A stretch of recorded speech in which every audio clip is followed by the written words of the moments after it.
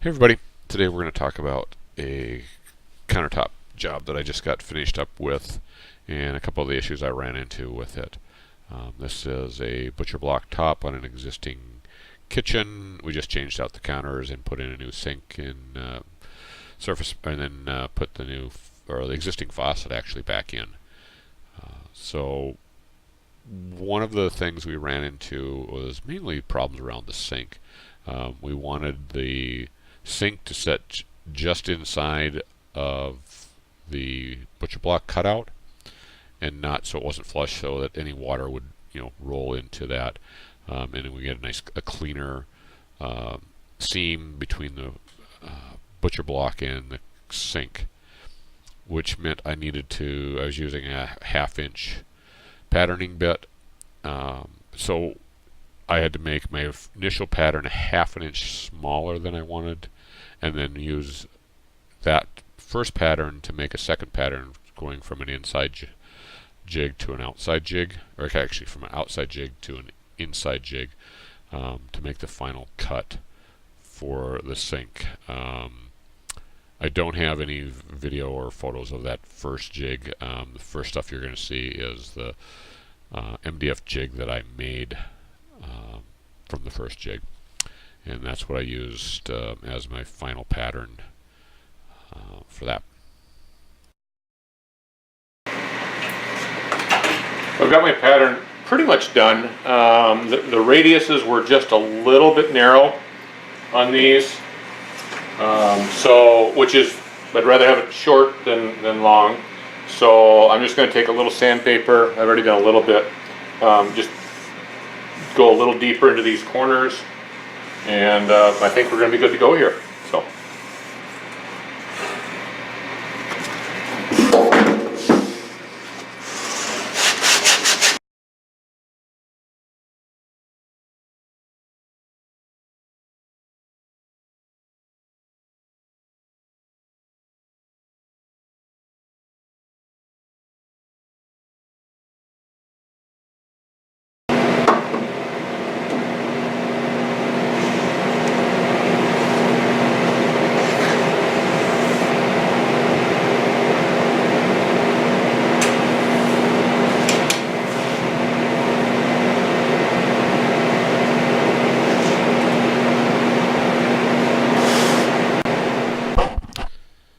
So when I started routing this out, following it around, it built up. You can see where I've got my old cut.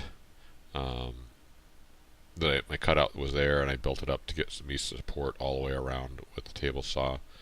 One of the things I kept running to in this back corner, I'm like, why am I end up with this chattering? And I couldn't figure it out to begin with. Got all of it down, finally got all the way around, made my cuts, and when I went ahead and pulled out took this whole thing apart, and then I was able to realize that I had a knot and some bad wood exactly on the edge of the counter. So tip it up here, and you can see kind of how I built this up in layers to give room for the router bit to go around, and this is actually the bottom of the top, the underside, and so I've got it supported in there so that I can the bit clears everything.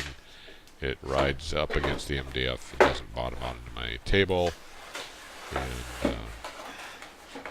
then I've got good support through the center with my router, so I don't end up moving that side to side.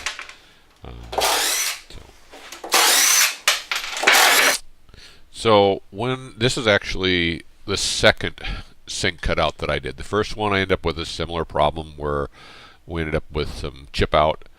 This one I ended up running directly on a knot.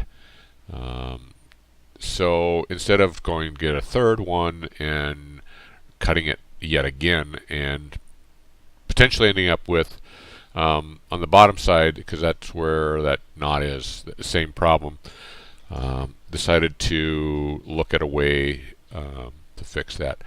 You can see where there's some voids around the knot, but there's also some splitting on either side of this, and there was a couple other spots that I had knots on it. So I used a penetrating type epoxy and did multiple layers all the way around this, and actually filled all those voids with a thinner epoxy. And I know this is, I think, Rot Fix that I got, I believe, through Rockler, but in doing some research, I could have probably done a West Systems and then just thinned it a little bit with acetone. I believe you can do like a 20% reduction with acetone to get it thin, so it actually gets down into, penetrates down into the wood further. Now, I didn't want to get too much on the top, so built it up here with some tape on either side, and just only made up like an ounce or so, a very, very small amount. But when in doing that, I end up doing the entire inside edge, or that in the middle, the end grain, basically, the area between the top and where the sink is. That's where I'm going to have the most amount of water overall, and this stuff actually goes down into it and will penetrate actually into the wood. This actually took some time, and just like put a little bit in, and then just kept filling it as the voids would, the epoxy would go down in there. I would just put some more in that, and over time, and it takes a little while for this stuff to set up. And then once it did set up, then I came back and sanded the whole thing out, and I was pretty happy, even though I had some splits in the wood down the bottom, in probably the worst possible place of this countertop up into the sink like that. This was actually able to penetrate in and seal and solidify that wood up quite well, and I'm pretty happy that at the end of the day, this will be a long-term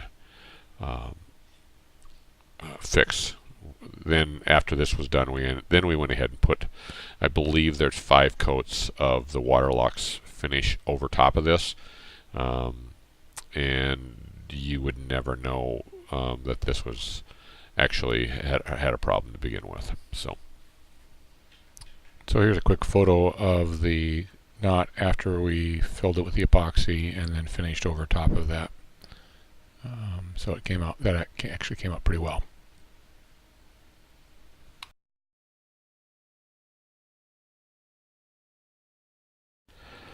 So we went ahead just before we finished it. What was the last thing to get it prepped was to go ahead and get some alignment in with the domino. So using the largest domino of the 500, which I believe is a 10 millimeter domino, and put a series of those so that alignment could be up and down would be there, and make the installation a whole lot easier on site.